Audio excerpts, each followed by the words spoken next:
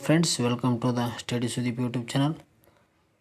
ಇವತ್ತಿನ ಈ ವಿಡಿಯೋದಲ್ಲಿ ನಾವು ಸ್ಪರ್ಧಾ ವೇಜತ ಮ್ಯಾಗ್ಝಿನ್ನ ಜುಲೈ ತಿಂಗಳ ಮೊದಲನೇ ಭಾಗವನ್ನು ನೋಡೋಣ. ನೀವು ಯಾರೋ ಹೊಸಬರಾಗಿರೋ ನಮ್ಮ ಚಾನಲ್ಗೆ ಸಬ್ಸ್ಕ್ರೈಬ್ ಮಾಡಿಕೊಳ್ಳಿ, ಲೈಕ್ ಮಾಡಿ, ಶೇರ್ ಮಾಡಿ. ಅದೇ ರೀತಿಯಾಗಿ ಪಕ್ಕದಲ್ಲಿರೋ ಬೆಲ್ಲೈಕನ್ನ ಪ್ರೆಸ್ ಮಾಡೋ ಮೂಲಕ ನಾವು ಅಪ್ಲೋಡ್ ಮಾಡೋ ವೀಡಿಯೋನು ಬೇಗ ನೋಟಿಫಿಕೇಶನ್ ಮುಖಾಂತರ ನೋಡಿಕೊಳ್ಳಿ. ಮೊದಲನೇದಾಗಿ ಏನಾಗಿದೆ ಅಂದರೆ, ಇತ್ತೀಚೆಗೆ ಭೂಸೇನೆ ಮುಖಸ್ಥರನ್ನು ನೇಮಕವನ್ನು ಮಾಡಲಾಗಿದೆ. ಅವ್ರು ಯಾರಪ್ಪ ಅಂತಂದರೆ, ಇತ್ತೀಚೆಗೆ ಭೂಪೇಂದ್ರ ತ್ರಿವೇದಿ ಅವರನ್ನು ಇವರು ಭೂಸೇನೆ ಮುಖಸ್ಥರಾಗಿ ಅಧಿಕಾರ ಸ್ವೀಕಾರ ಮಾಡಿಕೊಂಡರು. ಭಾರತೀಯ 30ನೇ ಭೂಸೇನಾ ಮುಖಸ್ಥರಾಗಿ ಇತ್ತೀಚೆಗೆ ಉಪೇಂದ್ರ ತ್ರಿವೇದಿ ಅವರನ್ನು ನೇಮಕ ಮಾಡಲಾಯಿತು. ಅವರು ಇತ್ತೀಚೆಗೆ 2024 ಜೂನ್ 30ರಂದು ಅಧಿಕಾರ ಸ್ವೀಕರಿಸಿದರು. 29ನೇ ಭೂಸೇನಾ ಮುಖಸ್ಥರಾಗಿ ಕಾರ್ಯನಿರ್ವಹಿಸಿದ ಮನೋಜ್ ಪಾಂಡೆ ಅವರು ಇತ್ತೀಚೆಗೆ ಜೂನ್ 30ರಂದು ನಿವೃತ್ತರಾದರು. ಈಗ 30ನೇ ಭೂಸೇನೆ ಮುಖಸ್ಥರಾಗಿ ಉಪೇಂದ್ರ ತ್ರಿವೇದಿ ಅವರನ್ನು ನೇಮಕ ಮಾಡಲಾಗಿದೆ. ಭಾರತೀಯ ಭೂಸೇನೆಯ ನೂತನ 30ನೇ ಮುಖಸ್ಥರಾಗಿ ಯಾರಪ್ಪ ಅಂತಂದರೆ ಉಪೇಂದ್ರ ತ್ರಿವೇದಿ. ಇವರು ಜನರಲ್ ಉಪೇಂದ್ರ ತ್ರಿವೇದಿ ಅವರು ನಿಪುಣರಾಗಿ ಸೇನಾ ನಾಯಕರಾಗಿದ್ದಾರೆ. ಮಧ್ಯಪ್ರದೇಶದ ರೇವಾ ಸೈನಿಕ್ ಸ್ಕೂಲ್ನಲ್ಲಿ ವಿದ್ಯಾರ್ಥಿಯಾಗಿದ್ದರು. ಇವರು ಡೆಹ್ರಾಡೂನ್ನಲ್ಲಿರುವ ಇಂಡಿಯನ್ ಮಿಲಿಟರಿ ಅಕಾಡೆಮಿಯಲ್ಲಿ ತರಬೇತಿಯನ್ನು ಪಡೆದ ನಂತರ 1984ರಲ್ಲಿ ಜಮ್ಮು ಕಾಶ್ಮೀರದ 18ನೇ ಬೆಟಾಲಿಯನ್ ರೈಫಲ್ಸ್ ರೆಜಿಮೆಂಟ್ಗೆ ಅವರು ನಿಯೋಜಿಸಲಾಗಿತ್ತು. ಇವರಿಗೆ ಯಾರು ಅಂದರೆ ಉಪೇಂದ್ರ ತ್ರಿವೇದಿ ಅವರನ್ನು.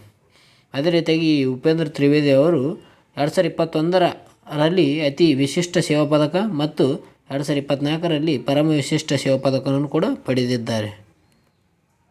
ಜೊತೆಗೆ ಆಪರೇಷನ್ ರಕ್ಷಕ್ ಭದ್ರತಾ ಕಾರ್ಯಾಚರಣೆಯನ್ನು ಮುನ್ನಡೆಸಿದ್ದರು ಇವರು. ಅದೇ ರೀತಿಯಾಗಿ ಇವರು ಚೀನಾದೊಂದಿಗೆ ರಕ್ಷಣಾ ದೃಷ್ಟಿಯಲ್ಲಿ ಜನರಲ್ ಉಪೇಂದ್ರ ತ್ರಿವೇದಿ ಇವರು ತಜ್ಞರಾಗಿ ಪ್ರಸಿದ್ಧರಾಗಿದ್ದಾರೆ. ಚೀನಾದ ಜೊತೆ ಮಾತುಕತೆ ಆಡಲು ಇವರು ನಿಪುಣರಾಗಿದ್ದಾರೆ ಅಂತ ಹೇಳ್ಬೋದು. ಈ ವಿಶೇಷತೆ ನೋಡೋದಾದರೆ, ಇದು ಭಾರತ ಭೂಸೇನೆ ಮತ್ತು ನೌಕಾಪಡೆಯ ಮುಖ್ಯಸ್ಥರಾಗಿರುವ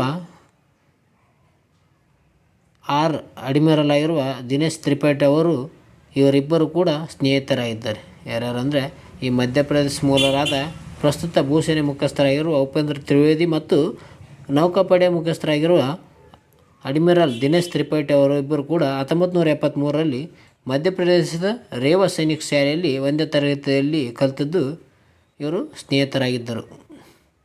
ಈ ಭೂಸೇನೆ ಮತ್ತು ನೌಕಾಪಡೆಗಳಿಗೆ ಸಹಪಾಠಿಗಳಿಂದ ಮುಖ್ಯಸ್ಥರಾಗಿರೋದು ಇದೇ ಮೊದಲು ಅಂತ ಹೇಳ್ಬೋದು. ಅಂದರೆ ಮೊದಲನೇ ಬಾರಿಗೆ ಇಬ್ಬರ ಸ್ನೇಹಿತರು ಈ ಭೂಸೇನೆ ಮತ್ತು ನೌಕಾಸೇನೆಯಲ್ಲಿ ಮುಖ್ಯಸ್ಥರಾಗಿದ್ದಾರೆ. ಈ ನಿರ್ಗಮಿತ ಭೂಸೇನೆ ಮುಖ್ಯಸ್ಥರು ಯಾರಪ್ಪ ಅಂತಂದರೆ ಜನರಲ್ ಮನೋಜ್ ಪಾಂಡೆ. ಇವರು 4 ದಶಕಕ್ಕೂ ಹೆಚ್ಚು ಕಾಲ ರಾಷ್ಟ್ರಕ್ಕೆ ಸೇವೆ ಸಲ್ಲಿಸಿದ್ದಾರೆ ಅಂತ ಹೇಳ್ಬೋದು. ಇವರು 29ನೇ ಭಾರತೀಯ ಭೂಸೇನೆಯ ಮುಖ್ಯಸ್ಥರಾಗಿ ಕಾರ್ಯನಿರ್ವಹಿಸಿದ್ದಾರೆ. 2024 ಮೇ 31ರಂದು ಜನರಲ್ ಮನೋಜ್ ಪಾಂಡೆರವರ ಅಧಿಕಾರಾವಧಿಯು ಮುಕ್ತಾಯಗೊಂಡಿದೆ. ಆದರೆ ಕೇಂದ್ರ ಸರ್ಕಾರವು 2024 ಜೂನ್ 30ರವರೆಗೆ 1 ತಿಂಗಳ ಅವಧಿಯವರೆಗೆ ಮುಂದುವರಿಸಿತ್ತು, ಅಂದರೆ ವಿಸ್ತರಿಸಿತ್ತು ಅಂತ ಹೇಳ್ಬೋದು. ಒಂದು ತಿಂಗಳವರೆಗೆ ಈ ಮನೋಜ್ ಪಾಂಡೆ ಅವರ ಅಧಿಕಾರಾವಧಿಯನ್ನು ವಿಸ್ತರಿಸಿತು. ಈಗ ಭೂಸೇನೆಯ ಮುಖ್ಯಸ್ಥರು ಯಾರಪ್ಪ ಅಂತಂದರೆ ಉಪೇಂದ್ರ ತ್ರಿವೇದಿ ಆಗಿದ್ದಾರೆ. ಅದೇ ರೀತಿಯಾಗಿ ನಾವು ಭಾರತೀಯ ಸೇನೆಯ ಭಾರತದ 3 ಪಡೆಗಳ ಬಗ್ಗೆ ಮಾಹಿತಿಯನ್ನು ನೋಡೋದಾದರೆ, ಭಾರತೀಯ ಭೂಸೇನೆ, ಭಾರತೀಯ ನೌಕಾಪಡೆ, ಭಾರತೀಯ ವಾಯುಪಡೆ ಎಂಬ 3 ಭಾಗಗಳು ಬರ್ತವೆ. ಅಂದರೆ Indian army, Indian navy, Indian air force. ಈ ಭಾರತೀಯ ಭೂಸೇನೆ ದಿನಾಚರಣೆಯ ಜನವರಿ 15ನೇ ತಾರೀಕು ಮಾಡ್ತಾರೆ. ಇದನ್ನು ಮುಖ್ಯಸ್ಥರು ಯಾರಪ್ಪ ಅಂತಂದರೆ ಜನರಲ್ ಎಂದು ಕರೀತಾರೆ. ಭಾರತೀಯ ಭೂಸೇನೆಯ ಮುಖ್ಯಸ್ಥರನ್ನು ಜನರಲ್ ಎಂದು ಕರೆಯುತ್ತಾರೆ. ಅದೇ ರೀತಿಯಾಗಿ ಭಾರತೀಯ ನೌಕಾಪಡೆಯ ದಿನಾಚರಣೆಯನ್ನು ಡಿಸೆಂಬರ್ 4ನೇ ತಾರೀಕು ಮಾಡ್ತಾರೆ. ಅದೇ ರೀತಿಯಾಗಿ ಭಾರತೀಯ ನೌಕಾಪಡೆಯ ಮುಖ್ಯಸ್ಥರನ್ನು ಅಡ್ಮಿರಲ್ ಎಂದು ಕರೆಯುತ್ತಾರೆ. ಭಾರತೀಯ ವಾಯುಪಡೆಯ ದಿನಾಚರಣೆ ಅಕ್ಟೋಬರ್ 8ನೇ ತಾರೀಕರಂದು ಆಚರಣೆ ಮಾಡುತ್ತಾರೆ. ಭಾರತೀಯ ವಾಯುಪಡೆಯ ಮುಖ್ಯಸ್ಥರನ್ನು ಚೀಫ್ ಮಾರ್ಷಲ್ ಅನ್ನುತ್ತಾರೆ, ಏರ್ ಚೀಫ್ ಮಾರ್ಷಲ್ ಎಂದು ಕರೆಯುತ್ತಾರೆ.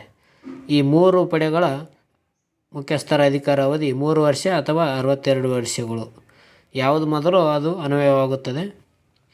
ಭಾರತೀಯ ಪ್ರಸ್ತುತ ಮುಖ್ಯಸ್ಥರು ಯಾರಿದ್ದಾರಪ್ಪ ಅಂದರೆ ಉಪೇಂದ್ರ ತ್ರಿವೇದಿ. ಅದೇ ರೀತಿಯಾಗಿ ಭಾರತೀಯ ನೌಕಾಪಡೆಯ ಮುಖ್ಯಸ್ಥರು ಪ್ರಸ್ತುತ ದಿನೇಶ್ ಕುಮಾರ್ ತ್ರಿಪಾಠಿ ಅವರಿದ್ದಾರೆ. ಭಾರತೀಯ ವಾಯುಪಡೆಯ ಪ್ರಸ್ತುತ ಮುಖ್ಯಸ್ಥರು ಯಾರಾದರೆ ಅಂದರೆ ವಿವೇಕ್ ರಾಮ್ ಚೌಧರಿ. ಇವರನ್ನು ನೇಮಕ ಮಾಡುವವರು ಯಾರಪ್ಪ ಅಂತಂದರೆ ರಾಷ್ಟ್ರಪತಿಯವರು ಈ 3 ಪಡೆಗಳ ಮುಖ್ಯಸ್ಥರನ್ನು ನೇಮಕ ಮಾಡುತ್ತಾರೆ. ಪ್ರಧಾನಮಂತ್ರಿ ನೇತೃತ್ವದ ನೇಮಕ ಸಂಪುಟ ಸಮಿತಿಯ ಶಿಫಾರಸಿನ ಮೇರೆಗೆ. ಅದೇ ರೀತಿಯಾಗಿ ಭಾರತ ಸೇನೆಯ ಮಹಾದಂಡನಾಯಕರಪ್ಪ ಅಂತಂದರೆ ರಾಷ್ಟ್ರಪತಿಗಳು ಆಗಿರ್ತಾರೆ.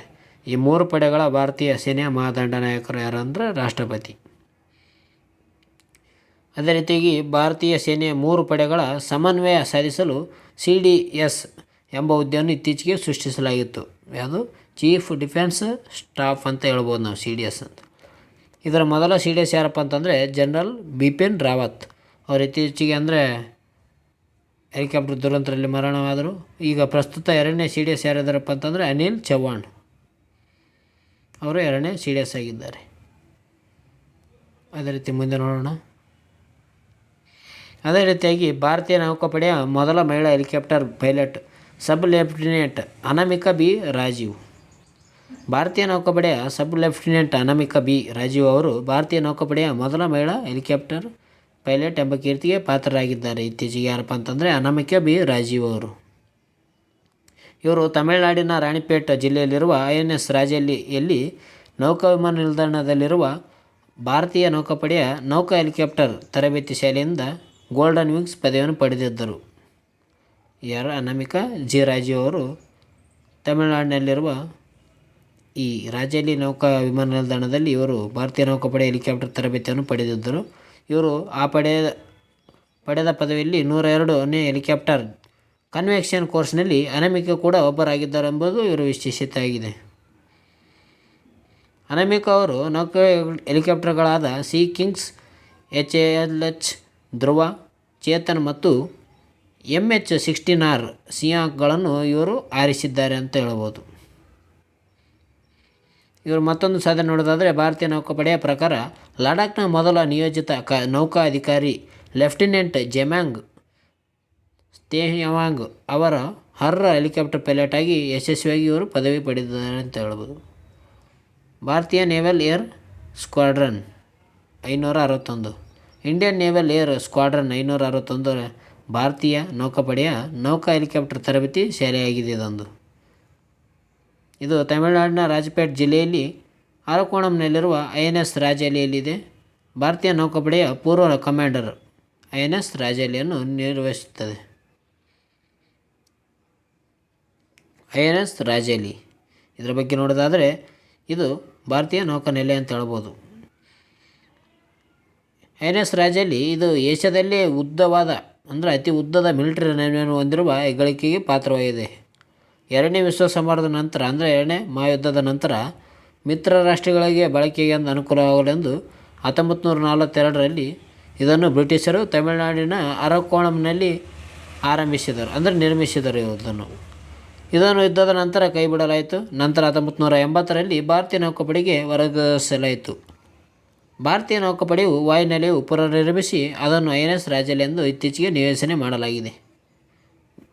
INS ರಾಜಾಲಿಯಲ್ಲಿರುವ ಪ್ರತಿಷ್ಠಿತ ಹೆಲಿಕಾಪ್ಟರ್ ತರಬೇತಿ ಶಾಲೆಯು ಭಾರತೀಯ ನೌಕಾಪಡೆಯಾಗಿದೆ. ಭಾರತೀಯ ಕೋಸ್ಟ್ ಗಾರ್ಡ್ ಮತ್ತು ಸ್ನೇಹಪರ ವಿದೇಶಗಳ 849 ಪೈಲಟ್ಗಳಿಗೆ ತರಬೇತಿಯನ್ನು ಈ ರಾಜಾಲಿಯಲ್ಲಿ ತರಬೇತಿಯನ್ನು ನೀಡುತ್ತದೆ. ಅದೇ ರೀತಿಯಾಗಿ ಭಾರತೀಯ ನೌಕಾಪಡೆ ಮತ್ತು ಭಾರತೀಯ ವಾಯುಪಡೆಗಳಲ್ಲಿ ಮಹಿಳಾ ಪೈಲಟ್ಗಳು ಇದ್ದಾರೆ. ಈ ಮಹಿಳಾ ಪೈಲಟ್ಗಳನ್ನು ಭಾರತೀಯ ನೌಕಾಪಡೆಯಲ್ಲಿ 1992ರಲ್ಲಿ ವೈದ್ಯಕೀಯ ವಿಭಾಗದಲ್ಲಿ ಕೆಲಸ ಮಾಡಲು ಮಹಿಳೆಯರಿಗೆ ಅವಕಾಶ ಮಾಡಿಕೊಡಲಾಯಿತು. 1992ರಲ್ಲಿ ಈ ನೀತಿಯನ್ನು ಬದಲಾಯಿಸಾಯಿತು ಮತ್ತು ಕ್ರಮೇಣವಾಗಿ ಭಾರತೀಯ ನೌಕಾಪಡೆಯ ಎಲ್ಲ ಶಾಖೆಗಳಲ್ಲಿ ಮಹಿಳೆಯರನ್ನು ಕೂಡ ನೇಮಿಸಲು ಆರಂಭಿಸಿತು ಅಂತ ಹೇಳ್ಬೋದು.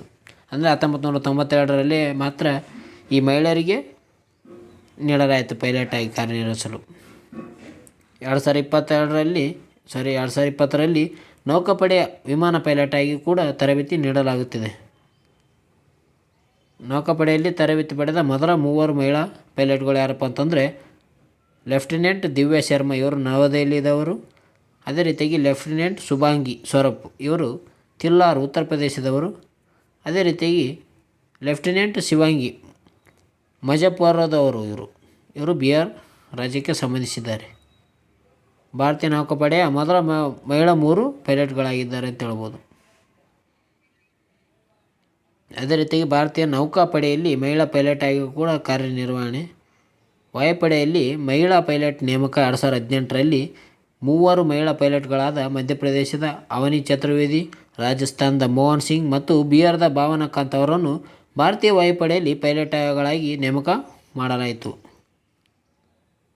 ಅವನಿ ಚತುರ್ವೇದಿ ಅವರ ಬಗ್ಗೆ ನೋಡೋದಾದರೆ ಇವರು 2018ರಲ್ಲಿ ಅವನಿ ಚತುರ್ವೇದಿ MiG-21 ಬಯಸ್ ಎಂಬ ಯುದ್ಧ ವಿಮಾನವನ್ನು ಓಡಿಸಿ ಮೊದಲ ಭಾರತೀಯ ಮಹಿಳಾ ಪೈಲಟ್ ಎಂಬ ಗಳಿಕೆಗೆ ಅವನಿ ಚತುರ್ವೇದಿ ಅವರು ಪಾತ್ರರಾಗಿದ್ದಾರೆ. ಅದೇ ರೀತಿಯಾಗಿ ವಿಂಗ್ ಕಮಾಂಡರ್ ಆಗಿರುವ ನರ್ಮತಾ ಚಾಂಡಿ ಅವರು ಭಾರತೀಯ ವಾಯುಪಡೆಯ ವಿಂಗ್ ಕಮಾಂಡರ್. ನರ್ಮತಾ ಚಾಂಡಿ 2001ರ ಫೆಬ್ರವರಿ 10ರಂದು ವಿಶ್ವದ ಅತಿ ಎತ್ತರದ ಯುದ್ಧ ಭೂಮಿಯಾದ ಲಡಾಖ್ನ ಸಿಯಾಚಿನ್ ಮೇಲೆ ಮೊದಲ ಬಾರಿಗೆ ಮಹಿಳಾ ಪೈಲಟ್ ಆಗಿ ಇವರು ಹಾರಾಟವನ್ನು ಆರಂಭಿಸಿದ್ದಾರೆ. ಅವರು ಭಾರತೀಯ ವಾಯುಪಡೆಯ ಹೆಲಿಕಾಪ್ಟರ್ಗಳಲ್ಲಿ ಪೈಲಟ್ ಆಗಿದ್ದಾರೆ ಅಂತ ಹೇಳ್ಬೋದು. ಯಾರು? ನಮ್ರತಾ ಚಾಂಡಿ ಅವರು. ಭಾಳ ಇಂಪಾರ್ಟೆಂಟ್ ನೋಡಿಕೊಳ್ಳಿ. ಮುಂದೆ ನೋಡೋದಾದರೆ SBI ಅಥವಾ ಸ್ಟೇಟ್ ಬ್ಯಾಂಕ್ ಆಫ್ ಇಂಡಿಯಾದ ನೂತನ ಅಧ್ಯಕ್ಷರಾಗಿ ಚಲ್ಲಾ ಶ್ರೀನಿವಾಸುಲು ಶೆಟ್ಟಿ ಅವರು ಆಯ್ಕೆಯಾಗಿದ್ದಾರೆ. ಇತ್ತೀಚೆಗೆ ಸರ್ಕಾರಿ ಸ್ವಾಮ್ಯದ ಸ್ಟೇಟ್ ಬ್ಯಾಂಕ್ ಆಫ್ ಇಂಡಿಯಾದ ನೂತನ ಅಧ್ಯಕ್ಷರನ್ನಾಗಿ ಚಲ್ಲಾ ಶ್ರೀನಿವಾಸುಲು ಶೆಟ್ಟಿ ಅವರನ್ನು ಆಯ್ಕೆ ಮಾಡಲಾಗಿದೆ. SBIನ ಹಾಲಿ ಅಧ್ಯಕ್ಷರಾಗಿರುವ ದಿನೇಶ್ ಕುಮಾರ್ ಅವರನ್ನು ಇತ್ತೀಚೆಗೆ ನಿವೃತ್ತಿ ಹೊಂದಿದ್ದಾರೆ. ಮೊದಲು ಯಾರಿದ್ರು ಅಂದರೆ ದಿನೇಶ್ ಕುಮಾರ್ ಅವರು ಇವರು ನಿವೃತ್ತಿ ಹೊಂದಿದ ನಂತರ ಇವರ ಸ್ಥಾನಕ್ಕೆ ಈ ಚಲ್ಲಾ ಶ್ರೀನಿವಾಸುಲು ಶೆಟ್ಟಿ ಅವರನ್ನು ಆಯ್ಕೆ ಮಾಡಲಾಗಿದೆ. ಆಂಧ್ರ ಪ್ರದೇಶ ಮೂಲದ ಚಲ್ಲಾ ಶ್ರೀನಿವಾಸುಲು ಶೆಟ್ಟಿ ಅವರು 1988ರಲ್ಲಿ ಪ್ರೊಬೇಷನಲ್ ಅಧಿಕಾರಿಯಾಗಿ SBIಗೆ ಸೇರ್ಪಡೆಗೊಂಡಿದ್ದರು. ಕಳೆದ 3 ದಶಕಗಳಿಂದ ಅಂತಾರಾಷ್ಟ್ರೀಯ ಬ್ಯಾಂಕಿಂಗ್, ಜಾಗತಿಕ ಮಾರುಕಟ್ಟೆ ಮತ್ತು ತಂತ್ರಜ್ಞಾನ ಉಸ್ತುವಾರಿಯನ್ನು ಇವರು ಹೊಂದಿದ್ದಾರೆ. ಜೊತೆಗೆ ತಜ್ಞರೆಂದುಕೊಂಡು ಇವರು ಎನಿಸಿಕೊಂಡಿದ್ದಾರೆ. 2000ರಿಂದ SBIನ ಹಿರಿಯ ವ್ಯವಸ್ಥಾಪಕ ನಿರ್ದೇಶಕರಾಗಿ ಕೂಡ ಇವರು ಕಾರ್ಯನಿರ್ವಹಿಸುತ್ತಿದ್ದಾರೆ. ಕೇಂದ್ರ ಸರ್ಕಾರ ರಚಿಸಿದ ಹಲವು ಕಾರ್ಯಪಡೆ ಮತ್ತು ಸಮಿತಿಗಳಲ್ಲೂ ಕೂಡ ಈ ಚಲ್ಲಾ ಶ್ರೀನಿವಾಸುಲು ಶೆಟ್ಟಿ ಅವರು ಕಾರ್ಯನಿಯೋಜಿಸಿದ ಅನುಭವಗಳನ್ನು ಕೂಡ ಹೊಂದಿದ್ದಾರೆ ಅಂತ ಹೇಳ್ಬೋದು. ಯಾರು? ಚಲ್ಲಾ ಶ್ರೀನಿವಾಸುಲು ಶೆಟ್ಟಿ ಅವರು ಇತ್ತೀಚೆಗೆ SBIನ ಅಧ್ಯಕ್ಷರಾಗಿದ್ದಾರೆ.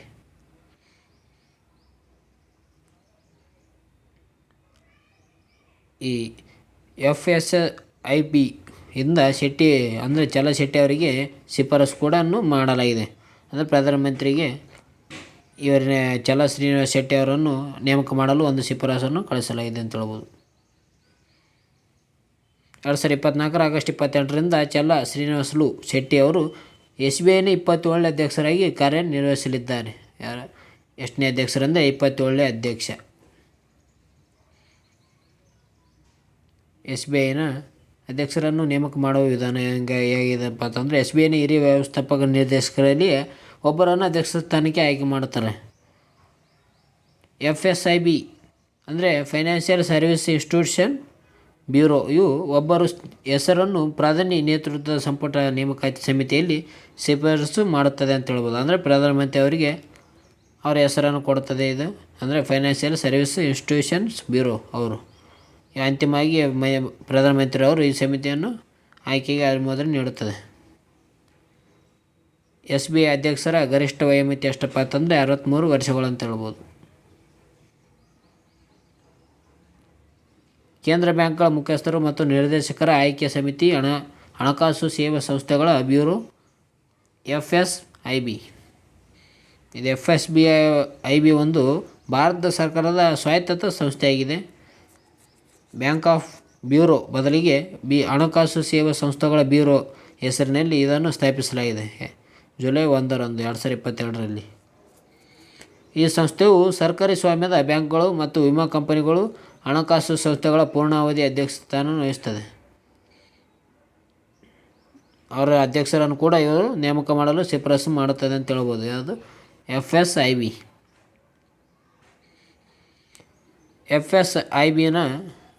FSBIನ ಸಂರಚನೆ ಅಧ್ಯಕ್ಷರು ಯಾರಪ್ಪ ಅಂತಂದರೆ ಭಾನು ಪ್ರತಾಪ್ ಶರ್ಮಾ. ಕೇಂದ್ರ ಸಿಬ್ಬಂದಿ ಮತ್ತು ತರಬೇತಿ ಇಲಾಖೆಯ ನಿವೃತ್ತ ಕಾರ್ಯದರ್ಶಿ ಭಾನು ಪ್ರತಾಪ್ ಶರ್ಮಾ ಅವರು ಪ್ರಸ್ತುತ FSIBಯ ಅಧ್ಯಕ್ಷರಾಗಿದ್ದಾರೆ. ಈ SBI ಅಂದರೆ ಭಾರತ ಸ್ಟೇಟ್ ಬ್ಯಾಂಕ್ ಬಗ್ಗೆ ನೋಡೋಣ. ಭಾರತೀಯ ಸ್ಟೇಟ್ ಬ್ಯಾಂಕ್ ಆಫ್ ಇಂಡಿಯಾ ಅದರ ಬಗ್ಗೆ ನೋಡೋದಾದರೆ ಇದು 1955 ಏಪ್ರಿಲ್ 30ರಂದು ಇಂಪೀರಿಯಲ್ ಬ್ಯಾಂಕ್ ಆಫ್ ಇಂಡಿಯಾವನ್ನು ಎಂಥ ಹೆಸರಿತ್ತು ಏನಂತಿತ್ತಂದರೆ, ಮೊದಲು 1955ಕ್ಕೆ ಮುಂಚೆ ಇಂಪೀರಿಯಲ್ ಬ್ಯಾಂಕ್ ಆಫ್ ಇಂಡಿಯಾ ಎಂದಿತ್ತು. ಸ್ಟೇಟ್ ಬ್ಯಾಂಕ್ ಆಫ್ ಇಂಡಿಯಾ ಎಂದು ಮರುನಾಮಕರಣ ಮಾಡಲಾಯಿತು 1955 ಏಪ್ರಿಲ್ 30ನೇ ತಾರೀಕು. 1955 ಜುಲೈ 1ರಂದು SBI ರಾಷ್ಟ್ರೀಕರಣಗೊಂಡು RBI ಅಧೀನದಲ್ಲಿ ಕಾರ್ಯಾಚರಣೆ ಆರಂಭಿಸಿದೆ. SBIನ ಮೊದಲ ಮುಖ್ಯಸ್ಥರು ಯಾರಪ್ಪ ಅಂತಂದರೆ ಜಾನ್ ಮಥೈ. 1955 ಜಾನ್ ಮಥೈ ಅವರು SBIನ ಮುಖ್ಯಸ್ಥರಾಗಿರ್ತಾರೆ. ಈ ಜಾನ್ ಮಥೈ ಅವರು ಸ್ವತಂತ್ರ ಭಾರತ ಮೊಟ್ಟ ಮೊದಲ ರೈಲ್ವೆ ಸಚಿವರಾಗಿ ಕೂಡ ಇರ್ತಾರೆ. ಇವರು ರೈಲ್ವೆ ಬಜೆಟನ್ನು ಕೂಡ ಈ ಜಾನ್ ಮಥೈ ಅವರು ಬಿಡುಗಡೆ ಮಾಡುತ್ತಾರೆ, ರೈಲ್ವೆ ಬಜೆಟ್. SBIನ ಮೊದಲ ಮಹಿಳಾ ಮುಖ್ಯಸ್ಥರು ಯಾರಪ್ಪ ಅಂತಂದರೆ ಅರುಂಧತಿ ಭಟ್ನಾಚಾರ್ಯ. 2013ರಿಂದ 2017ವರೆಗೆ ಇವರು ಕಾರ್ಯ ಮಾಡಿದ್ದಾರೆ. Karnataka state bank of Mysore ಅಂತಿದ್ದದ್ದು 2017ರಲ್ಲಿ ಇತರೆ 4 SBIನ ಸಹವರ್ತಿ ಬ್ಯಾಂಕ್ಗಳೊಂದಿಗೆ SBIನೊಂದಿಗೆ ವಿಲೀನವಾಗಿದೆ. ಅದು Karnataka state bank of Mysore 2017ರಲ್ಲಿ ವಿಲೀನವಾಗಿದೆ ಅಂತ ಹೇಳ್ಬೋದು. ಈ ದಿನೇಶ್ ಕುಮಾರ್ ಕರ್ ಅವರು SBIನ 26ನೇ ಅಧ್ಯಕ್ಷರಾಗಿ ಕಾರ್ಯನಿರ್ವಹಿಸಿದ್ದಾರೆ.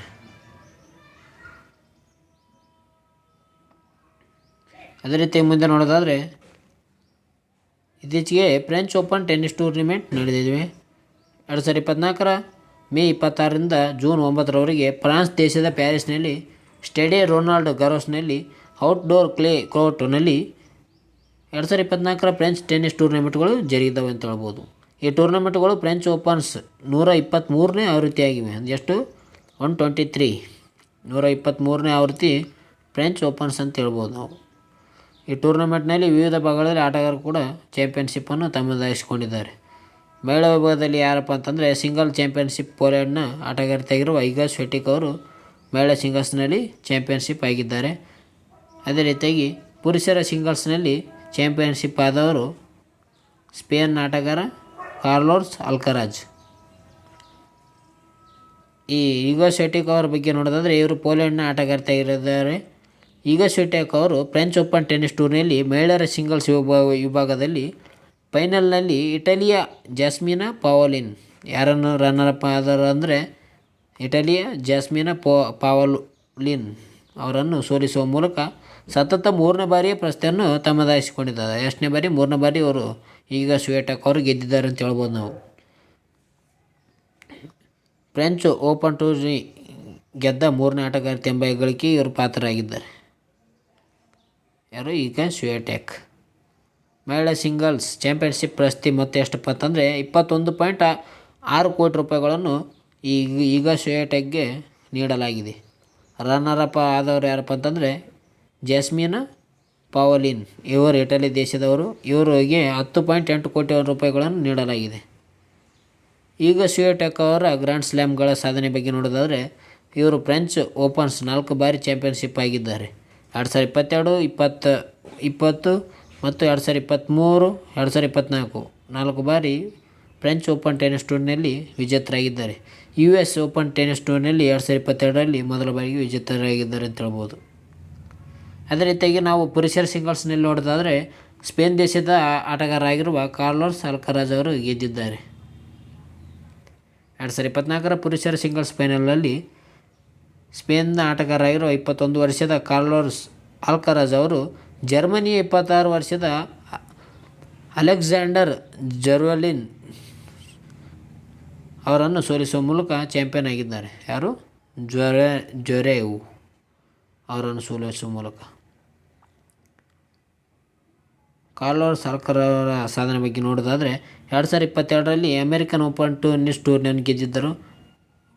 2023ರ ವಿಂಬಲ್ಡನ್ ಫೈನಲ್ನಲ್ಲಿ ಕೂಡ ನೊವಾಕ್ ಜೋಕೋವಿಕ್ ವಿರುದ್ಧ ಅವರ ಕಿರೀಟವನ್ನು ಜಯವನ್ನು ಗಳಿಸಿದ್ದಾರೆ.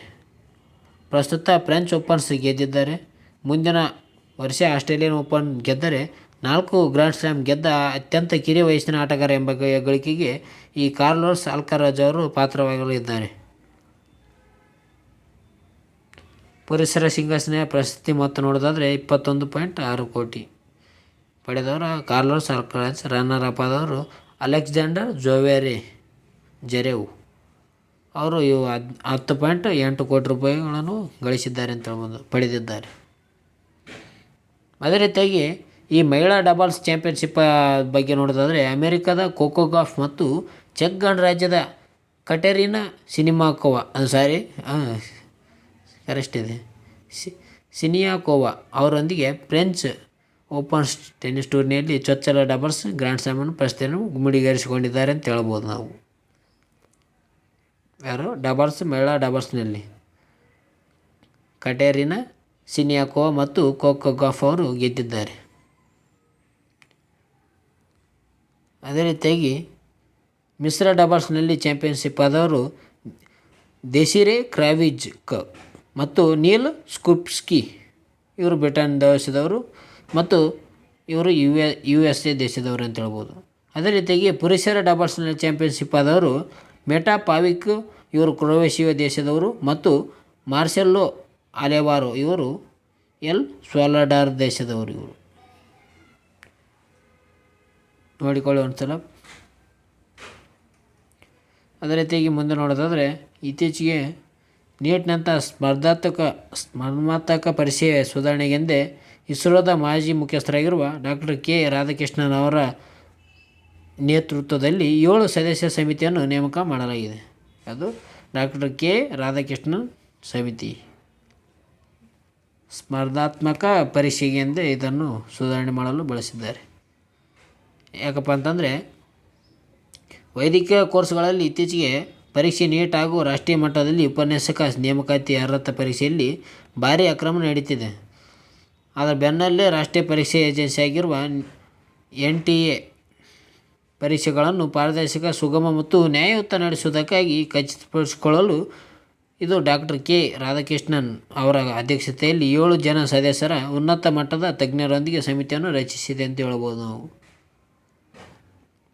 ಈ ತಜ್ಞರ ಉನ್ನತ ಸಮಿತಿ ತಂಡವನ್ನು ನೋಡೋದಾದರೆ ಅಧ್ಯಕ್ಷರು ಯಾರಪ್ಪ ಅಂತಂದರೆ ಡಾಕ್ಟರ್ ಕೆ ರಾಧಾಕೃಷ್ಣನ್. ಇಸ್ರೋದ ಇವರು ಮಾಜಿ ಮುಖ್ಯಸ್ಥರಾಗಿದ್ದಾರೆ. ಇಸ್ರೋದ ಇವರ ಬಗ್ಗೆ ನೋಡಿಕೊಳ್ಳಿ. ಸದಸ್ಯರ ಬಗ್ಗೆ ಪ್ರೊ ಬಿ ಜೇರಾವ್ ಮತ್ತು ರಣದೀಪ್ ಗುಲೇಬರಿಯಾ, ಪ್ರೊ ರಾಮಮೂರ್ತಿ ಕೆ, ಪಂಕಜ್ ಬನ್ಸಾಲ್, ಆದಿತ್ಯ ಮಿತ್ತಲ್, ಗೋವಿಂದ್ ಜೈಸ್ವಾಲ್ ಅವರು ಈ ತಜ್ಞರ ಉನ್ನತ ಸಮಿತಿಯ ಸದಸ್ಯರಾಗಿದ್ದಾರೆ.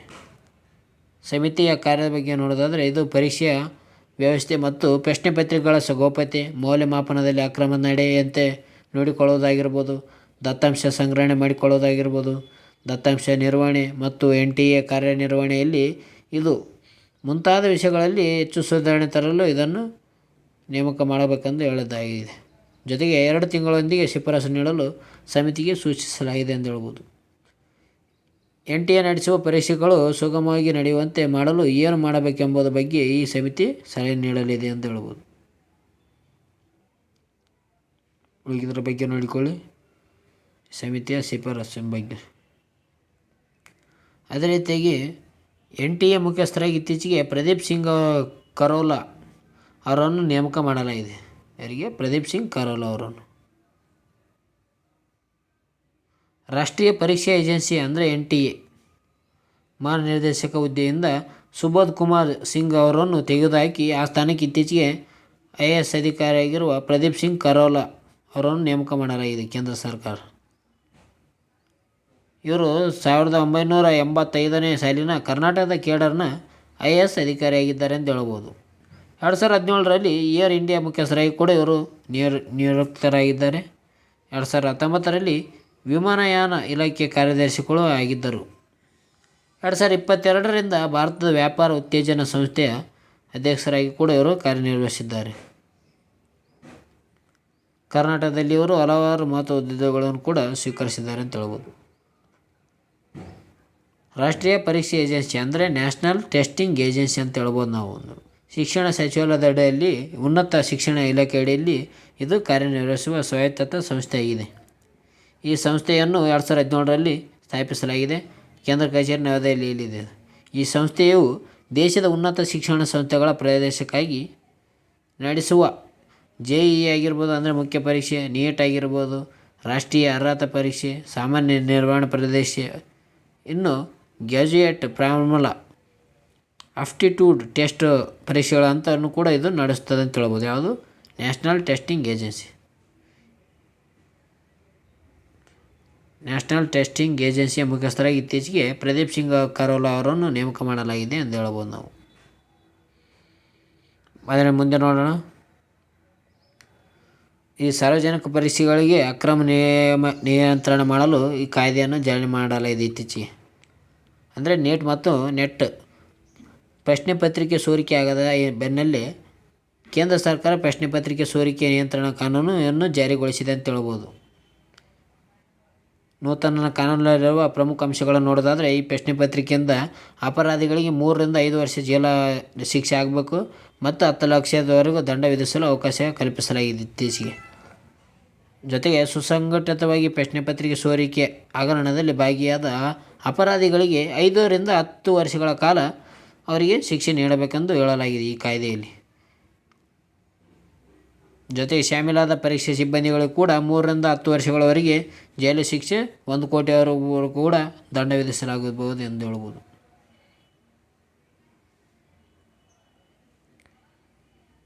ಕಾಯ್ದೆ ಅನ್ವಯವಾಗುವುದು. ಈ ಕಾಯ್ದೆ ಕುರಿತು ಸಿಬ್ಬಂದಿ ಸಾರ್ವಜನಿಕ ಕುಂದುಕೊರತೆಗಳು ಮತ್ತು ಪಿಂಚಣಿ ಸಚಿವಾಲಯವು ಗೆಜೆಟ್ ಅಧಿಸೂಚನೆ ಹೊರಡಿಸಿದೆ. ಸಾರ್ವಜನಿಕ ಪರೀಕ್ಷೆಗಳು ಕಾಯ್ದೆ 2024 ಜೂನ್ 21ರಿಂದಲೇ ಜಾರಿಗೆ ಬರಲಿದೆ ಅಂತ ಹೇಳ್ಬೋದು. ಜೂನ್ 21ರಿಂದ ಈ ಕಾಯ್ದೆ ಸಂಬಂಧಿಸಿದ ನಿಯಮಗಳನ್ನು ಕಾನೂನು ಸಚಿವಾಲಯ ರೂಪಿಸುತ್ತದೆ ಅಂತ ಹೇಳ್ಬೋದು. ಬಗ್ಗೆ ಅದೇ ರೀತಿಯಾಗಿ ಪ್ರಸ್ತುತ ಈ ಕಾಯ್ದೆಯ ಅನಿವಾರ್ಯತೆ ಇದೆ. ಯಾಕಪ್ಪ ಅಂತಂದರೆ ನೀಟ್ UGC ಮತ್ತು ಪರೀಕ್ಷೆ ಸುಮಾರು 24 ಲಕ್ಷ ಅಭ್ಯರ್ಥಿಗಳು ಭಾಗಿಯಾಗಿ ಪ್ರಶ್ನೆ ಪತ್ರಿಕೆ ಸೋರಿಕೆ ಆಗದಂತೆ ನೋಡಿಕೊಳ್ಳಬೇಕೆಂದು ಅವರು ಭಾಳ ಆಕ್ರೋಶ ವ್ಯಕ್ತಪಡಿಸಿದ ಹಿನ್ನೆಲೆಯಲ್ಲಿ ಈ ಕಾಯ್ದೆಯನ್ನು ಜಾರಿ ಮಾಡಲಾಗಿದೆ ಅಂತ ಹೇಳ್ಬೋದು. ಅದೇ ರೀತಿಯಾಗಿ ನಮ್ಮ ಕರ್ನಾಟಕ ರಾಜ್ಯದಲ್ಲಿ ಕೂಡ ಪರೀಕ್ಷೆ ಅಕ್ರಮ ತಡೆ ಮಸೂದೆಯನ್ನು ಕೂಡ 2023ರಲ್ಲಿ ಮಂಡನೆಯನ್ನು ಮಾಡಲಾಗಿದೆ. PSI ಹಗರಣ ಆಗಿದ್ದ ಕಾರಣ ನಮ್ಮ ಕರ್ನಾಟಕದಲ್ಲಿ ಕೂಡ ಪರೀಕ್ಷೆ ಅಕ್ರಮ ತಡೆ ಮಸೂದೆಯನ್ನು ಮಾಡಲಾಗಿದೆ. ಇದರ ಬಗ್ಗೆ ನೋಡಿಕೊಳ್ಳಿ. ಮಸೂದೆಯಲ್ಲಿರುವ ಪ್ರಮುಖ ಅಂಶಗಳ ಬಗ್ಗೆ ನೋಡೋಣ. ಈ ಮಸೂದೆ ಅನ್ವಯ 12 ವರ್ಷಗಳವರೆಗೆ ಜೈಲು ಶಿಕ್ಷೆ ಆಗಿರ್ಬೋದು, 15 ಲಕ್ಷ ರೂಪಾಯಿಗಳಿಂದ 10 ಕೋಟಿ ರೂಪಾಯಿವರೆಗೆ ಈ ದಂಡ ವಿಧಿಸಬಹುದೆಂದು ಈ ಕಾಯ್ದೆಯಲ್ಲಿ ಉಲ್ಲೇಖಿಸಲಾಗಿದೆ. ಈ ಮಸೂದೆಯಿಂದ ಪರೀಕ್ಷೆ ಅಕ್ರಮ, ಪ್ರಶ್ನೆ ಪತ್ರಿಕೆ ಸೋರಿಕೆ ಮತ್ತು ಇತರೆ ಅಕ್ರಮಗಳ ನಿಯಂತ್ರಣಕ್ಕೆ ಬರುತ್ತವೆ ಎಂಬುದು ಇವರ ಊಹೆ. ಜೊತೆಗೆ ಯುವಕರ ಭವಿಷ್ಯದ ದೃಷ್ಟಿಯಿಂದ ಪರೀಕ್ಷೆ ಅಕ್ರಮ ತಡೆಗಟ್ಟಲು ರಾಜ್ಯ ಸರ್ಕಾರ ಮಸೂದೆ ಮಂಡಿಸಿದೆ. ನೋಡಿಕೊಳ್ಳಿ ಅಷ್ಟು. ಅದೇ ರೀತಿ ಮುಂದೆ ನೋಡೋದಾದರೆ, ಕರ್ನಾಟಕ ರಾಜ್ಯದ ಉಪ ಲೋಕಾಯುಕ್ತರಾಗಿ ಇತ್ತೀಚೆಗೆ ಬಿ. ವೀರಪ್ಪ ಅವರನ್ನು ನೇಮಕ ಮಾಡಲಾಗಿದೆ. ಕರ್ನಾಟಕದ ಹೈಕೋರ್ಟ್ನ ಹಿರಿಯ ನ್ಯಾಯಮೂರ್ತಿ ಬಿ. ವೀರಪ್ಪ ಅವರನ್ನು ರಾಜ್ಯ ನೂತನ ಮುಖ್ಯ ಲೋಕಾಯುಕ್ತರನ್ನಾಗಿ ನೇಮಕ ಮಾಡಲಾಗಿದೆ.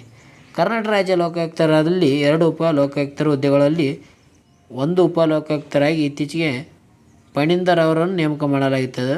ಅವರು ಕಾರ್ಯನಿರ್ವಹಿಸುತ್ತಿದ್ದಾರೆ 1 ಲೋಕಾಯುಕ್ತ ಕಾಯ್ದೆಯಲ್ಲಿ. ಅದೇ ರೀತಿಯಾಗಿ 2ನೇ ಲೋಕಾಯುಕ್ತ ಸೀಟಲ್ಲಿ ಈಗ ನ್ಯಾಯಮೂರ್ತಿ ಬಿ. ವೀರಪ್ಪನವರನ್ನು ನೇಮಕ ಮಾಡಲಾಗಿದೆ ಎಂದು ಹೇಳ್ಬೋದು ನಾವು.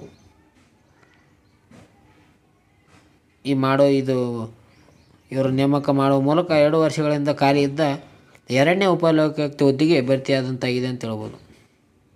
ಅಂದರೆ ನಮ್ಮ ಕರ್ನಾಟಕದ ರಾಜ್ಯದ ಉಪ ಲೋಕಾಯುಕ್ತರಾಗಿ ಇತ್ತೀಚೆಗೆ ಬಿ. ವೀರಪ್ಪ ಅವರನ್ನು ನೇಮಕ ಮಾಡಲಾಗಿದೆ. ಅಂದರೆ 2 ಸ್ಥಾನಗಳಿದ್ದವು. ಕರ್ನಾಟಕದ ಉಪ ಲೋಕಾಯುಕ್ತ ಸ್ಥಾನದಲ್ಲಿ 2 ಸ್ಥಾನಗಳಿದ್ದವು. ಅದರಲ್ಲಿ ಈಗ 1ನೇ ಸ್ಥಾನದಲ್ಲಿ ಯಾರಪ್ಪ ಅಂತಂದರೆ ಈ ನ್ಯಾಯಮೂರ್ತಿ ಫಣೀಂದರ್ ಅವರು ಕಾರ್ಯನಿರ್ವಹಿಸುತ್ತಿದ್ದಾರೆ. ಈ 2ನೇ ಉಪ ಲೋಕಾಯುಕ್ತರಾಗಿ ಈ ಬಿ. ವೀರಪ್ಪ ಅವರನ್ನು ನೇಮಕ ಮಾಡಲಾಗಿದೆ ಅಂತ ಹೇಳ್ಬೋದು. ಈಗ ಖಾಲಿ ಇದ್ದ 2 ಉಪ ಲೋಕಾಯುಕ್ತ ಹುದ್ದೆಗೆ ಭರ್ತಿ ಅಂತದ್ದು ಆಗಿವೆ. ನೂತನ ಉಪ ಲೋಕಾಯುಕ್ತ ಯಾರಪ್ಪ ಅಂತಂದರೆ ಬಿ. ವೀರಪ್ಪನ್. ಮುಖ್ಯಮಂತ್ರಿ ಸಿದ್ದರಾಮಯ್ಯ ನೇತೃತ್ವದ ಉನ್ನತ ಸಮಿತಿಯಲ್ಲಿ ಇವರನ್ನು ನೇಮಕ ಮಾಡಲಾಗಿದೆ. ಮುಖ್ಯಮಂತ್ರಿ ಸಿದ್ದರಾಮಯ್ಯನವರ ನೇತೃತ್ವದಲ್ಲಿ ಹೈಕೋರ್ಟ್ನ ಮುಖ್ಯ ನ್ಯಾಯಮೂರ್ತಿಯಾಗಿರುವ ಅಂಜರಿಯ ವಿಧಾನಸಭೆಯ ಸಭಾಧ್ಯಕ್ಷರು UT ಖಾದರ್ ಆಗಿರ್ಬೋದು, ವಿಧಾನ ಪರಿಷತ್ನ ಸಭಾಪತಿ ಬಸವರಾಜ ಹೊರಟ್ಟಿ, ವಿಧಾನಸಭೆಯ ವಿರೋಧ ಪಕ್ಷದ ನಾಯಕ R. ಅಶೋಕ್ ಅವರನ್ನು ಒಳಗೊಂಡಂತೆ ಸಭೆಯು ಈ ನ್ಯಾಯಮೂರ್ತಿ ವೀರಪ್ಪರವರನ್ನು ಉಪಲೋಕಾಯುಕ್ತರನ್ನಾಗಿ ಆಯ್ಕೆ ಮಾಡಲು ಸರ್ವಾನುಮತದಿಂದ ಅಂಗೀಕರಿಸಲಾಯಿತು. ಕರ್ನಾಟಕ ಲೋಕಾಯುಕ್ತ ಕಾಯ್ದೆ ಯಾವಪ್ಪ ಅಂತ 1984.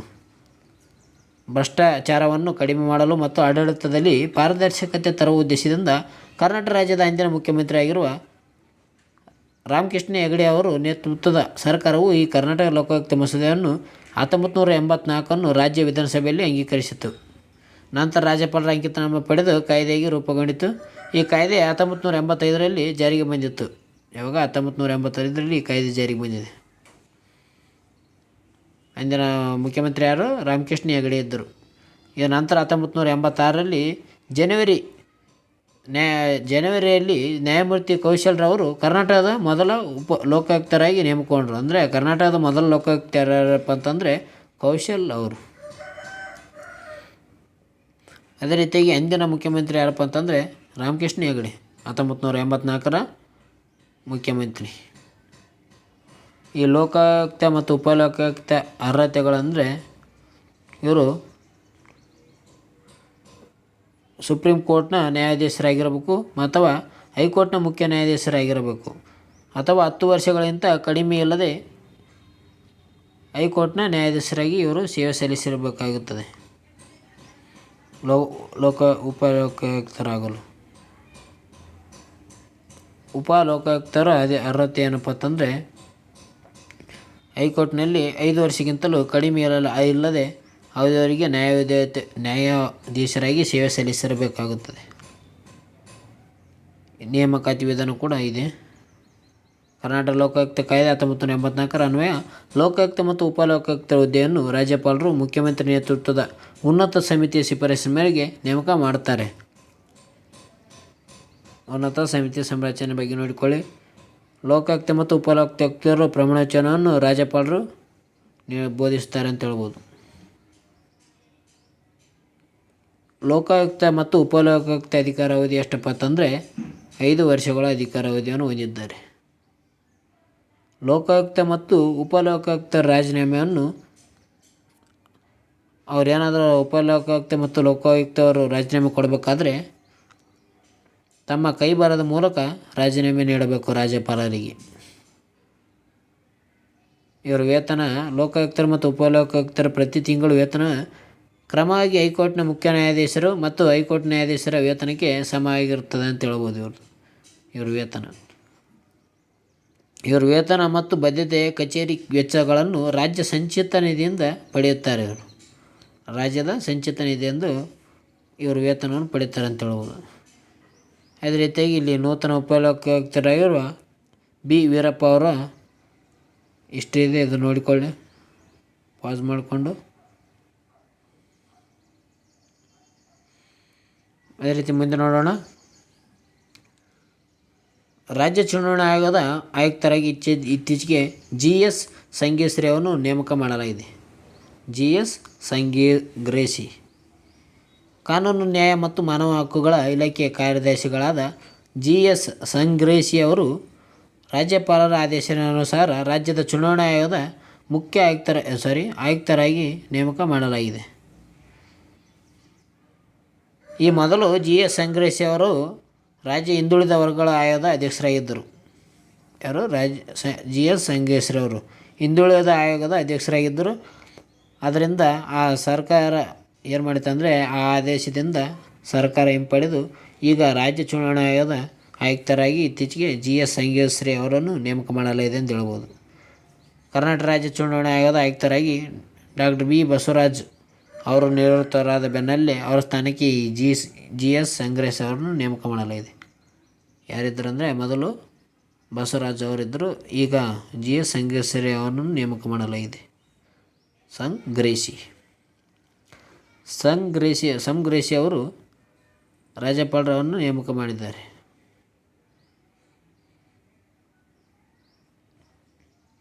ಕರ್ನಾಟಕ ರಾಜ್ಯ ಚುನಾವಣಾ ಆಯೋಗ ಬಗ್ಗೆ ನೋಡೋದಾದರೆ ಇದು ಕರ್ನಾಟಕ ಸ್ಟೇಟ್ ಎಲೆಕ್ಷನ್ ಕಮಿಷನ್.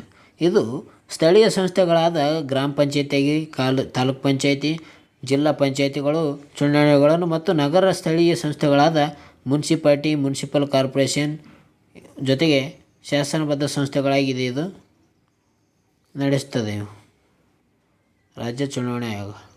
ಇದು ಭಾರತದ ಸಂವಿಧಾನದ 243ನೇ ಕೆಯಿಂದ 243 ZA ಅಡಿಯಲ್ಲಿ ಈ ಸಂಸ್ಥೆಯನ್ನು ಸ್ಥಾಪಿಸಲಾಗಿದೆ ಅಂತ ಹೇಳ್ಬೋದು. ಈ ಸ್ಥಳೀಯ ಸಂಸ್ಥೆಗಳ ಚುನಾವಣೆಗಳನ್ನು ಮುಕ್ತವಾಗಿ ಮತ್ತು ಪಾರದರ್ಶಕವಾಗಿ ನಡೆಸುವುದು ರಾಜ್ಯ ಚುನಾವಣಾ ಆಯೋಗದ ಕರ್ತವ್ಯವಾಗಿದೆ ಎಂದು ಹೇಳಬಹುದು.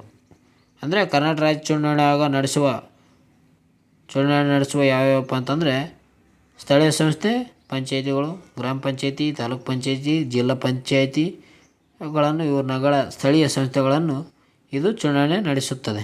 ಭಾಳ ಇಂಪಾರ್ಟೆಂಟ್, ನೋಡಿಕೊಳ್ಳಿ, ಇದು ಇಂಪಾರ್ಟೆಂಟ್ ಆಗುತ್ತೆ, ಪ್ರಶ್ನೆ ಕೇಳಿದ್ದಾರೆ.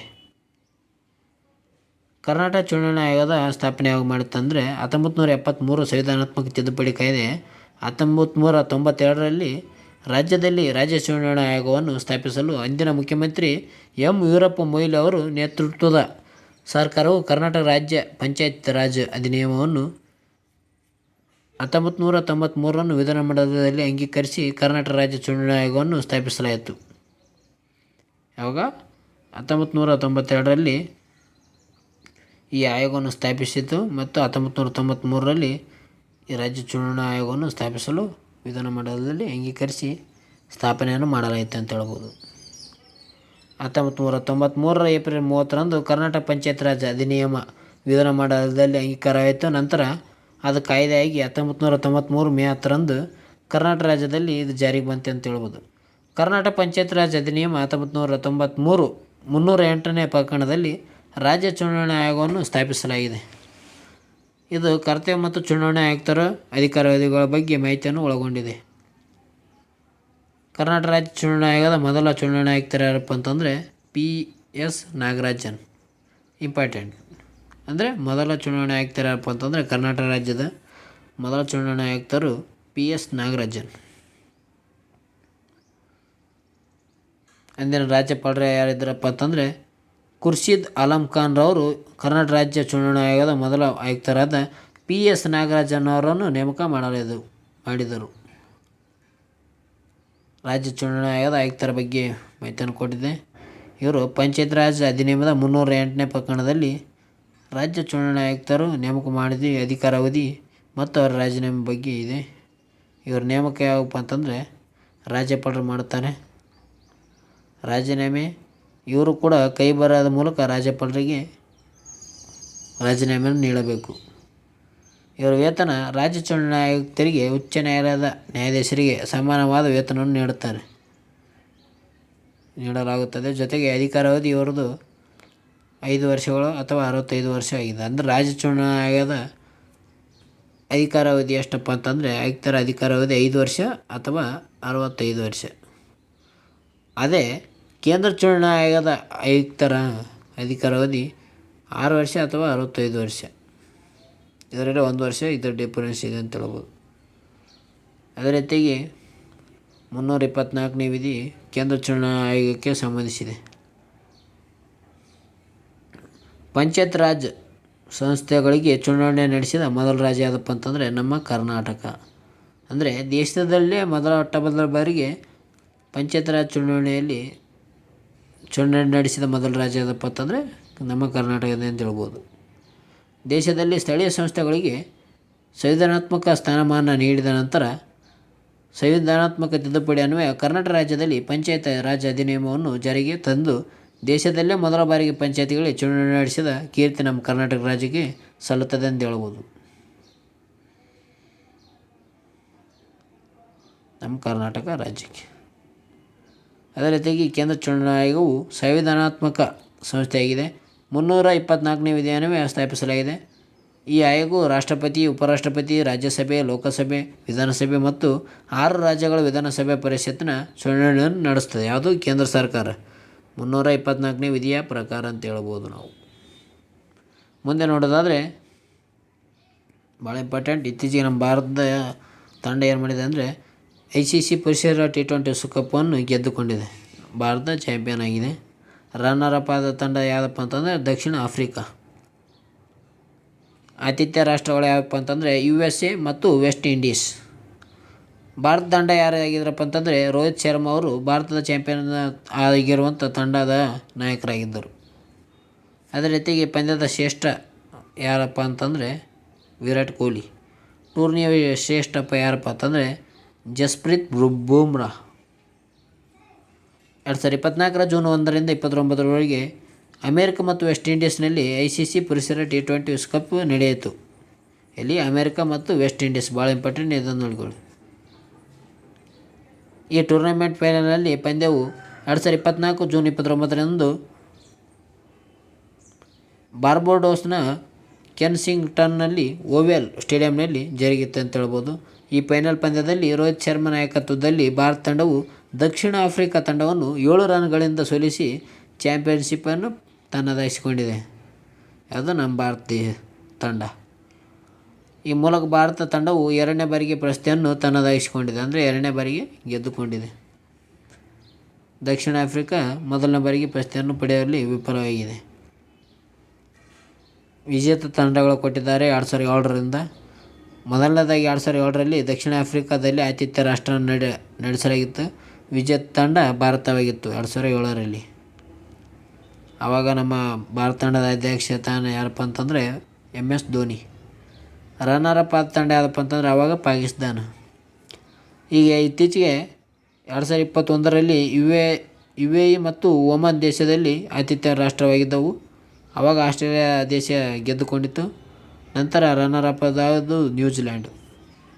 2022ರಲ್ಲಿ ಆತಿಥ್ಯ ರಾಷ್ಟ್ರ ಅಂದರೆ T20ಯ ಆತಿಥ್ಯ ರಾಷ್ಟ್ರ ಯಾವುದಪ್ಪ ಅಂತಂದರೆ ಆಸ್ಟ್ರೇಲಿಯಾ.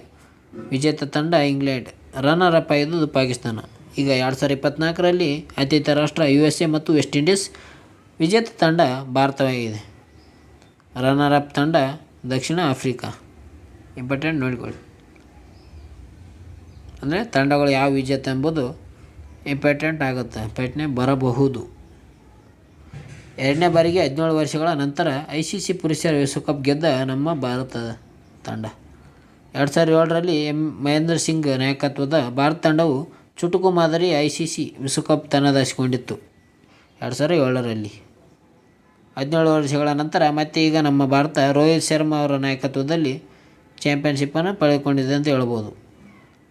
2013ರಲ್ಲಿ ಚಾಂಪಿಯನ್ಶಿಪ್ ಟ್ರೋಫಿ ಜಯಿಸಿದ ನಂತರ ಭಾರತವು ಯಾವುದೇ ಮಾದರಿಯ ICC ಟ್ರೋಫಿ ಜಯಿಸಿರಲಿಲ್ಲ. ICC ಟ್ರೋಫಿ ಇದುವರೆಗೂ ನಮ್ಮ ಭಾರತ ತಂಡ ಜಯಿಸಿಲ್ಲ, ಈಗ ಜಯಿಸಿದೆ 17 ವರ್ಷಗಳ ನಂತರ. 2022ರ T20 ವಿಶ್ವಕಪ್ನ ಸೆಮಿಫೈನಲ್ನಲ್ಲಿ ಸೋತಿತ್ತು ಅಂತ ಹೇಳ್ಬೋದು. 2022ರ T20 ವಿಶ್ವಕಪ್ ಸೆಮಿಫೈನಲ್ನಲ್ಲಿ ಸೋತಿತ್ತು ಭಾರತದ ತಂಡ. ಅದೇ ರೀತಿಯಾಗಿ ಭಾರತದ ಕೋಚ್ ರಾಹುಲ್ ದ್ರಾವಿಡ್ ಅವರಾಗಿದ್ದಾರೆ.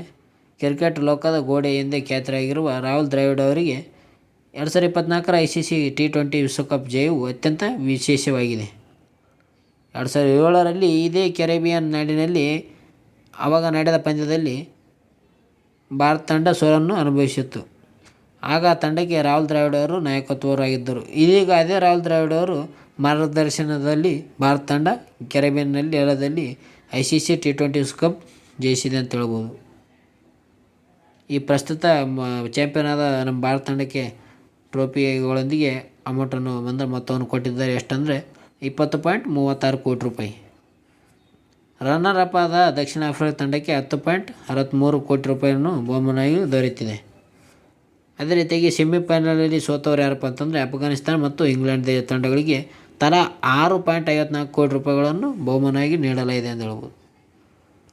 T20ಗೆ ವಿದಾಯ ಹೇಳಿದ ವಿರಾಟ್ ಕೊಹ್ಲಿ, ರೋಹಿತ್ ಶರ್ಮಾ ಮತ್ತು ರವೀಂದ್ರ ಜಡೇಜಾ. ಇತ್ತೀಚೆಗೆ ಅಂದರೆ ನಮ್ಮ ವಿರಾಟ್ ಕೊಹ್ಲಿ ಆಗಿರ್ಬೋದು, ರೋಹಿತ್ ಶರ್ಮಾ ಆಗಿರ್ಬೋದು, ರವೀಂದ್ರ ಜಡೇಜಾ ಅವರು ಈ ಅಂತಾರಾಷ್ಟ್ರೀಯ T20 ಕ್ರಿಕೆಟ್ಗೆ ವಿದಾಯವನ್ನು ಘೋಷಿಸಿದ್ದಾರೆ. 76 ರನ್ ಗಳಿಸಿದ ಭಾರತ ಫೈನಲ್ ಗೆಲುವಿನ ಪ್ರಧಾನ ಪಾತ್ರ ವಹಿಸಿದ ದಿನವೇ ನಮ್ಮ ವಿರಾಟ್ ಕೊಹ್ಲಿ ಅವರು ಈ ನಿವೃತ್ತಿಯನ್ನು ಘೋಷಿಸಿದ್ದು ವಿಶೇಷವಾಗಿದೆ ಅಂತ ಹೇಳ್ಬೋದು. ಅದೇ ರೀತಿಯಾಗಿ ಭಾರತದ ತಂಡದ ನಾಯಕ ರೋಹಿತ್ ಶರ್ಮಾ ಕೂಡ ಅಂತಾರಾಷ್ಟ್ರೀಯ T20 ಕ್ರಿಕೆಟ್ಗೆ ನಿವೃತ್ತಿಯನ್ನು ಘೋಷಿಸಿದ್ದಾರೆ. ಜೊತೆಗೆ ರವೀಂದ್ರ ಜಡೇಜಾ ಅವರು ಕೂಡ ಅಂತಾರಾಷ್ಟ್ರೀಯ T20 ಕ್ರಿಕೆಟ್ಗೆ ನಿವೃತ್ತಿಯನ್ನು ಘೋಷಿಸಿದ್ದಾರೆ ಅಂತ ಹೇಳ್ಬೋದು. ಯಾರು 3 ಜನ: ಜಡೇಜಾ, ವಿರಾಟ್ ಕೊಹ್ಲಿ, ರೋಹಿತ್ ಶರ್ಮಾ. ಅದೇ ರೀತಿ ಪ್ರಮುಖವಾದ ಅಂಶ ಅಂದರೆ ಆಲ್ ಆಫ್ ಫೇಮ್ ಪ್ರಶ್ನೆ ಬರ್ಬೋದು. ಹೇಗಪ್ಪ ಅಂತಂದರೆ ಆಲ್ ಆಫ್ ಫೇಮ್ ಯಾವುದಕ್ಕೆ ಸಂಬಂಧಿಸಿದೆ? ಇದು ಕ್ರಿಕೆಟ್ಗೆ ಸಂಬಂಧಿಸಿದೆ. ಆಲ್ ಆಫ್ ಫೇಮ್ ಇತ್ತೀಚೆಗೆ ಕ್ರಿಕೆಟ್ಗೆ ಕೊಡೆ ಮಾಡುವ ದಿಗ್ಗಜ ಕ್ರಿಕೆಟಿನಲ್ಲಿ ದೀರ್ಘಾವಧಿಯಾಗಿ ಮತ್ತು ಅಪ್ರತಿಮ ಸಾಧನೆ ಮಾಡಿದವರಿಗೆ ಈ ಪ್ರಶಸ್ತಿಯನ್ನು ನೀಡಲಾಗುತ್ತದೆ. ಯಾವುದಂದರೆ ಹಾಲ್ ಆಫ್ ಫೇಮ್ ಪ್ರಶಸ್ತಿ. ಇದು ಪ್ರಾರಂಭವಾದದ್ದು 2009 ಜನವರಿ 2ರಿಂದ ದುಬೈನಲ್ಲಿ.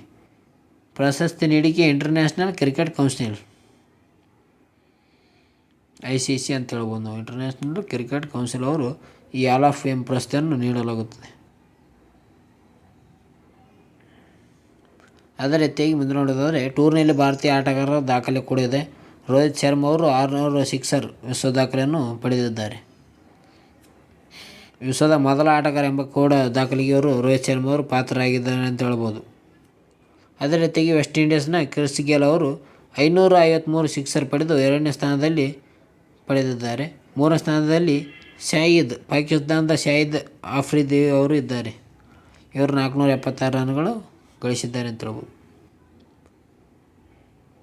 ಅದೇ ರೀತಿಯಾಗಿ BCCIನಿಂದ 125 ಕೋಟಿ ರೂಪಾಯಿಗಳು ಕೂಡ ಬಹುಮಾನ ನೀಡಲಾಗಿದೆ.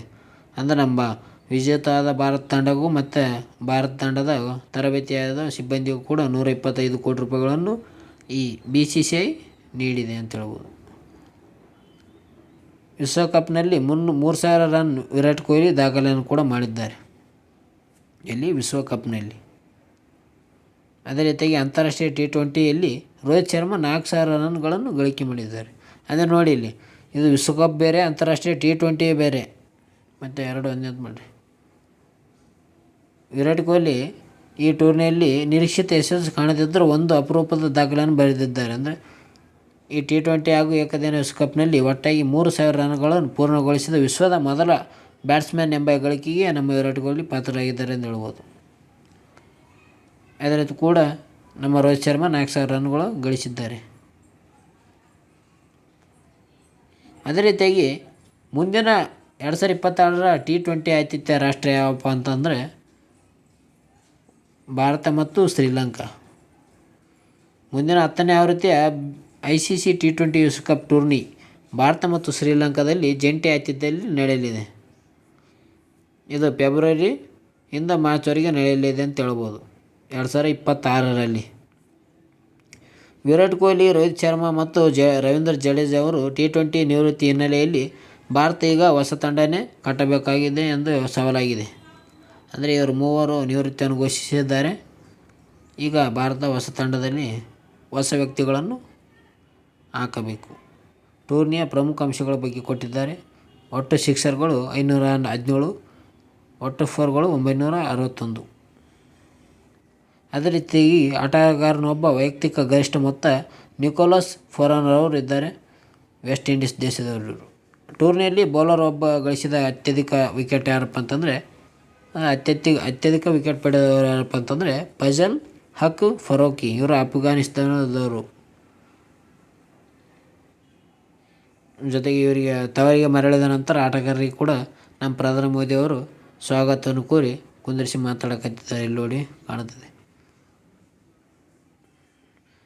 ಈ T20 ವಿಶ್ವಕಪ್ನಲ್ಲಿ ಹಾರ್ದಿಕ್ ಪಾಂಡ್ಯ ವಿಶ್ವದ ನಂಬರ್ 1 ಆಲ್ರೌಂಡರ್ ಆಗಿದ್ದಾರೆ ಅಂತ ಹೇಳ್ಬೋದು. ಅಂದರೆ BCCI ಬಿಡುಗಡೆ ಮಾಡಿದ ನೂತನ T20 ಆಲ್ರೌಂಡರ್ ಪಟ್ಟಿಯಲ್ಲಿ 2ನೇ ಸ್ಥಾನಗಳ ಬಡ್ತಿಯೊಂದಿಗೆ ಹಾರ್ದಿಕ್ ಪಾಂಡ್ಯ ಅಗ್ರಸ್ಥಾನವನ್ನು ಪಡೆದುಕೊಂಡಿದ್ದಾರೆ. ನಮ್ಮ ಹಾರ್ದಿಕ್ ಪಾಂಡ್ಯ ಈ T20 ವಿಶ್ವಕಪ್ ಫೈನಲ್ನಲ್ಲಿ ಪಂದ್ಯದಲ್ಲಿ 30 ವರ್ಷದ ಹಾರ್ದಿಕ್ ಪಾಂಡ್ಯ ಅವರು ಅದ್ಭುತ ಬೌಲಿಂಗ್ ಪ್ರದರ್ಶನ ನೀಡಿದ್ದಾರೆ. ಈ ಸಾಧನೆ ಮಾಡಿದ ಭಾರತ ಮೊದಲ ಕ್ರಿಕೆಟ್ ಎಂಬ ಹೆಗ್ಗಳಿಕೆಗೆ ಹಾರ್ದಿಕ್ ಪಾಂಡ್ಯ ಅವರು ಪಾತ್ರರಾಗಿದ್ದಾರೆ ಎಂದು ಹೇಳಬಹುದು ನಾವು. ಟೆಸ್ಟ್ ಇತಿಹಾಸದಲ್ಲೇ ಭಾರತೀಯ ಮಹಿಳಾ ತಂಡ ದಾಖಲೆ.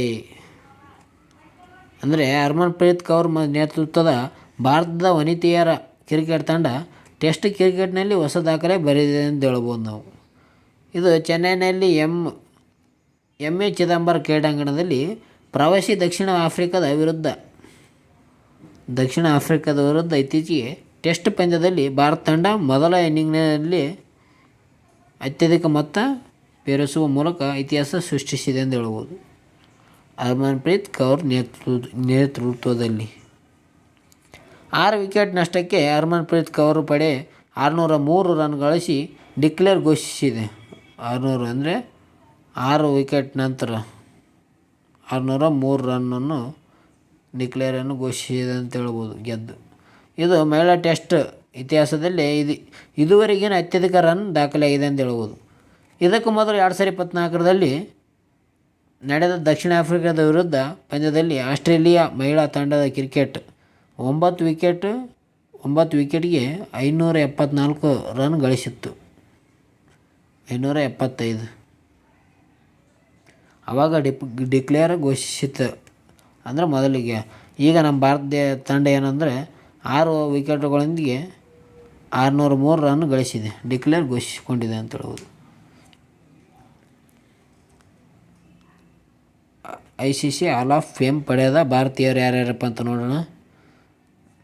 ಬಿಷನ್ ಸಿಂಗ್, ಕೆ ಬೇಡಿ 2009ರಲ್ಲಿ ಇವರಿಗೆ ನೀಡಲಾಗಿದೆ. ಅಂದರೆ ಹಾಲ್ ಆಫ್ ಫೇಮ್ ಯಾವುದಕ್ಕೆ ಸಂಬಂಧಿಸಿದೆ? ಕ್ರಿಕೆಟ್ಗೆ.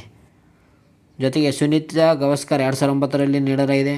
ಕಪಿಲ್ ದೇವ್ 2009ರಲ್ಲಿ, ಅನಿಲ್ ಕುಂಬ್ಳೆ 2015ರಲ್ಲಿ ನೀಡಲಾಗಿದೆ ಹಾಲ್ ಆಫ್ ಫೇಮ್. ರಾಹುಲ್ ದ್ರಾವಿಡ್ ಅವರು 2018ರಲ್ಲಿ ಹಾಲ್ ಆಫ್ ಫೇಮ್ ಪ್ರಶಸ್ತಿಯನ್ನು ಪಡೆದುಕೊಂಡಿದ್ದಾರೆ. ಸಚಿನ್ ತೆಂಡೂಲ್ಕರ್ ಅವರು 2019ರಲ್ಲಿ ಹಾಲ್ ಆಫ್ ಫೇಮ್ ಪ್ರಶಸ್ತಿಯನ್ನು ಪಡೆದುಕೊಂಡಿದ್ದಾರೆ. ಅದೇ ರೀತಿಯಾಗಿ ವಿನು ಮಕ್ಕಂಡ್ ಅವರು 2021ರಲ್ಲಿ ಹಾಲ್ ಆಫ್ ಫೇಮನ್ನು ಪಡೆದುಕೊಂಡಿದ್ದಾರೆ. ವೀರೇಂದ್ರ ಸೆಹವಾಗ್ 2023ರಲ್ಲಿ ಹಾಲ್ ಆಫ್ ಫೇಮನ್ನು ಪಡೆದುಕೊಂಡಿದ್ದಾರೆ. ಯಾರು? ವೀರೇಂದ್ರ ಸೆಹವಾಗ್ 2023ರಲ್ಲಿ ಪಡೆದುಕೊಂಡವರು ಹಾಲ್ ಆಫ್ ಫೇಮ್ ಪ್ರಶಸ್ತಿ. ಅದೇ ರೀತಿಯಾಗಿ ಡಯಾನಾ ಎಡೋಲ್ಜಿ 2023ರಲ್ಲಿ ಹಾಲ್ ಆಫ್ ಫೇಮ್ ಪ್ರಶಸ್ತಿಯನ್ನು ಪಡೆದುಕೊಂಡಿದ್ದಾರೆ. ಭಾಳ ಇಂಪಾರ್ಟೆಂಟ್ ನೋಡಿಕೊಳ್ಳಿ, ಇದು ಪ್ರಶ್ನೆ ಬಂದಿತ್ತು ಯಾವುದೋ ಒಂದು ಎಕ್ಸಾಮಲ್ಲಿ. ಡಯಾನಾ ಎಡೋಲ್ಜಿ 2023ರ ಹಾಲ್ ಆಫ್ ಫೇಮ್ ಪಡೆದ ವ್ಯಕ್ತಿಗಳು ವೀರೇಂದ್ರ ಸೆಹವಾಗ್ ಮತ್ತು ಡಯಾನಾ ಎಡೋಲ್ಜಿ. ಓಕೆ ಫ್ರೆಂಡ್ಸ್, ಇವತ್ತಿನ ವಿಡಿಯೋದಲ್ಲಿ ಇಷ್ಟೇ. ನೀವೇನಾದರೂ ನಮ್ಮ ಚಾನಲ್ ಹೊಸಬರಾದರೆ ಸಬ್ಸ್ಕ್ರೈಬ್ ಮಾಡ್ಕೊಳ್ಳಿ. ಅದೇ ರೀತಿಯಾಗಿ ಟೆಲಿಗ್ರಾಮ್ ಗ್ರೂಪ್ಗೆ ಯಾರು ಜಾಯ್ನ್ ಆಗಿಲ್ಲೋ ಎಲ್ಲರೂ ಜಾಯ್ನ್ ಆಗಿ, ಅಲ್ಲಿ ಏನಾದರೂ ಮಾಹಿತಿಯನ್ನು ಹಾಕ್ತಾಯಿರ್ತೀನಿ. ಅದೇ ರೀತಿಯಾಗಿ ನಮ್ಮ ವಿಡಿಯೋ ಯಾರು ನೋಡಿಲ್ಲೋ ಸ್ವಲ್ಪ ನೋಡಿ, ಎಲ್ಲ ವೀಡಿಯೋನು ನೋಡಿ, ಸ್ವಲ್ಪ ಯಾರು ನೋಡಿಲ್ವೋ ಎಲ್ಲರೂ ನೋಡಿ. ಅದೇ ರೀತಿಯಾಗಿ ಯಾರಿಗೆ ಶೇರ್ ಮಾಡಿ, ಎಲ್ಲರಿಗೆ ನೋಡಲಿ ವೀಡಿಯೋ. ಮುಂದಿನ ವಿಡಿಯೋದಲ್ಲಿ ಸಿಗೋಣ. ಎಲ್ಲರಿಗೂ ಬಾಯ್ ಫ್ರೆಂಡ್ಸ್. ಎಲ್ಲ ಚೆನ್ನಾಗಿ ಓದ್ಕೊಳ್ಳಿ. ಬಾಯ್.